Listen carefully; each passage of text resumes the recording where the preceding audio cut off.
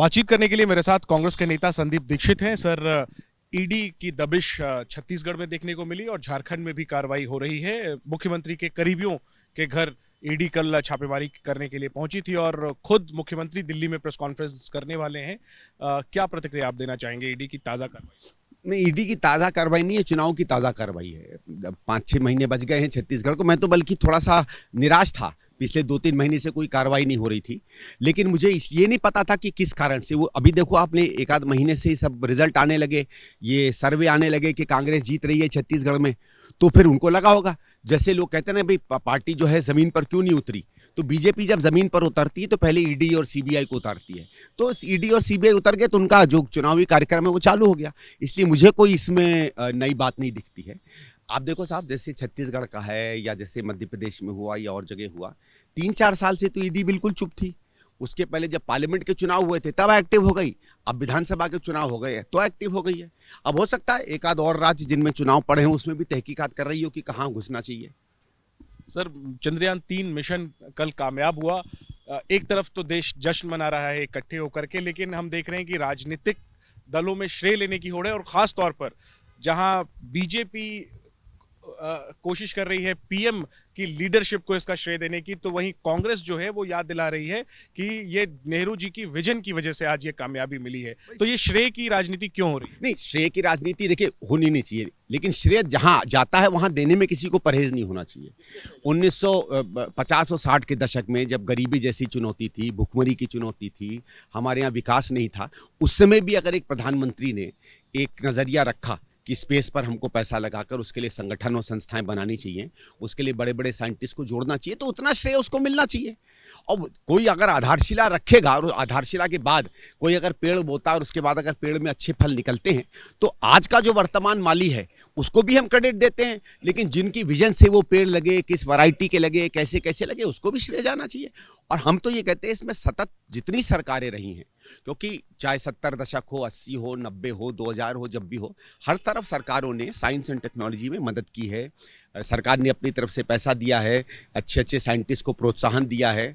उनको बेचारों को और तो कुछ मिलता नहीं है, लेकिन किसी न किसी तरीके से उनको एक उनके अंदर में ऊर्जा भर के रखी है, उनको नए नए प्रोजेक्ट्स को कामयाबी दी है। तो ये सब सरकारों में रहा है, क्योंकि ये साइंस और टेक्नोलॉजी को प्रमोट करना एक देश की नीति रही है। लेकिन जैसे मैंने कहा, शुरुआत में कौन उस पेड़ को बोता है, कौन उसको वो करता है, उसको भी तो एक तरीके से याद करना अपने में आवश्यक रहता है। सर, आपकी पार्टी के वरिष्ठ नेता है मणिशंकर अय्यर, उनकी एक पुस्तक का विमोचन का कार्यक्रम था, उसमें उन्होंने कह दिया कि पीवी नरसिम्हा राव जो हैं वो बीजेपी के पहले प्रधानमंत्री थे, वाजपेयी पहले प्रधानमंत्री नहीं थे। एक तरीके से तंज कसा नरसिम्हा राव जी पर। और ये तब ये बयान आया है जब कुछ महीनों बाद तेलंगाना में विधानसभा के चुनाव होने हैं। सवाल है कि ये आपको क्या लगता है, ये मणिशंकर अय्यर जो खुद को मनमौजी कहते हैं, बार बार अपने ऐसे बयान क्यों देते हैं? नहीं पर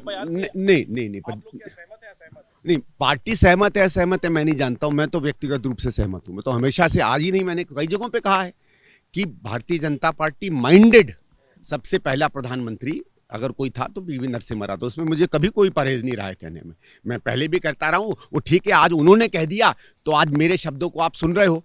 मैंने ये शब्द कई प्रोग्राम में कहे हैं, इसमें कोई नई बात नहीं है। मैं नरसिम्हा राव जी ने कुछ 2-4 अच्छी चीज़ें भी की थी, और जो उन्होंने ऐसी कुछ, मुझे लगता है कि कुछ बहुत ज़्यादा जो ऐसी चीज़ें की, जैसे उन्होंने कुछ सामाजिक नीतियाँ, कुछ आर्थिक नीतियाँ, कुछ राजनीतिक नीतियाँ ऐसी की जिसमें कई अच्छी थी, लेकिन कईयों में यह कि सवाल भी खड़ा होता है, तो सवाल भी हमने खड़ा किया है। लेकिन क्या ये आप लोगों का इंटॉलरेंस, असहिष्णुता नहीं दिखाता कि आप लोग अपने प्रधानमंत्री को दूसरी पार्टी का प्रधानमंत्री? अगर किसी की काम करने की तौर तरीके में अगर आप उसकी आलोचना करते हैं तो वो इंटॉलरेंस क्या है?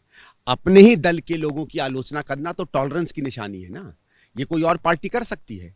मुझे बताइए ना। हम स्वयं कह रहे हैं, हम ये तो नहीं कह रहे हैं, मैं ये तो नहीं कह रहा हूं कि वो बीजेपी का सदस्य है। मैं कह रहा हूं कि बीजेपी की तरीके की कुछ विचारधारा के लक्षण नरसिम्हा राव में दिखे और उसको हमें रेखांकित करना चाहिए। इसके पहले भी मैंने तो कई बार कहा है कि अगर हमारे तमाम प्रधानमंत्रियों में अगर कुछ आलोचना गलतियां रहीं, उसको हमने उजागर किया है। आप बता दो, भारतीय जनता पार्टी में किसी में हिम्मत हो कि जैसे पिछले 9 साल में हो सकता है एक आध छोटी मोटी भी गलती हो गई हो प्रधानमंत्री से, वो छोटी मोटी का भी रेखांकन कर देना। अटल बिहारी जी ने 5-6 साल हमारे प्रधानमंत्री रहे, कुछ अच्छे काम भी किए, कुछ अच्छे काम नहीं किए। लेकिन उसमें से एक आध काम बीजेपी बता दे जो उनको लगता अच्छे नहीं हुए। इनमें दम नहीं है, क्योंकि ये इनमें हिम्मत दिखे। जिस पार्टी में अपने में भरोसा होता है, आत्मविश्वास होता है, वही अपनी आलोचना भी करता है। सर आखिरी में 2 सवाल। जेडीयू ने अपनी राष्ट्रीय टीम का ऐलान किया, उसमें हरिवंश जी का नाम नहीं है।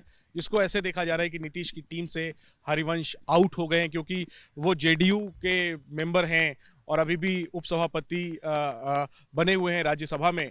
उसको लेकर तमाम सवाल खड़े किए जाते रहे हैं। अब चूंकि नीतीश आपके सहयोगी हैं, इस पर आप कुछ रिएक्ट करेंगे? देखिए, ये तो जेडीयू उनकी अपनी अंदर की बात है। जहाँ तक मेरी रुचि नीतीश जी में या जेडीयू में है, वो उसमें है क्योंकि वो इंडिया अलायंस के हिस्सा हैं, और इंडिया अलायंस में उनका योगदान किस तरीके से बनता है, हम लोग एक सशक्त तरीके से बिहार में और प्रदेशों में कैसे लड़ते हैं, वो ज़्यादा महत्वपूर्ण है। आखिरी में ईडी से हमने बात शुरू की थी। ईडी के जो फिलहाल प्रमुख हैं, उन्हें सीआईओ बनाने की तैयारी चल रही है, ऐसी खबरें हैं, और इसको लेकर के सवाल उठाए जा रहे हैं विपक्षी नेताओं की तरफ से। आप कैसे देखते हैं इस डेवलपमेंट?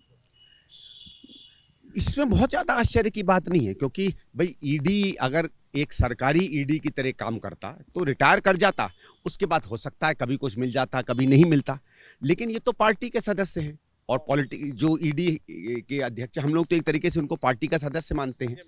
जो भी उसके इंचार्ज हैं, वो तो सुप्रीम कोर्ट ने भी कह दिया कि भाई इनकी कंटिन्यूएशन ही अपने में डाउटफुल थी। तो ये हम नहीं कह रहे, ये तो जब सुप्रीम कोर्ट कह रहा है कि इस तरीके से इनकी कंटिन्यूएशन डाउटफुल है। लेकिन ये तो जब आप किसी व्यक्ति के अधिकारी बन जाते हैं, किसी संस्था के या सिस्टम के अधिकारी नहीं बनते, तो सिस्टम में तो अधिकारी रिटायर कर जाता है, व्यक्ति का अधिकारी कभी रिटायर नहीं करता। वो जब तक रहेंगे वो अपने अपने लोगों को कहीं ना कहीं फिट करके रखेंगे।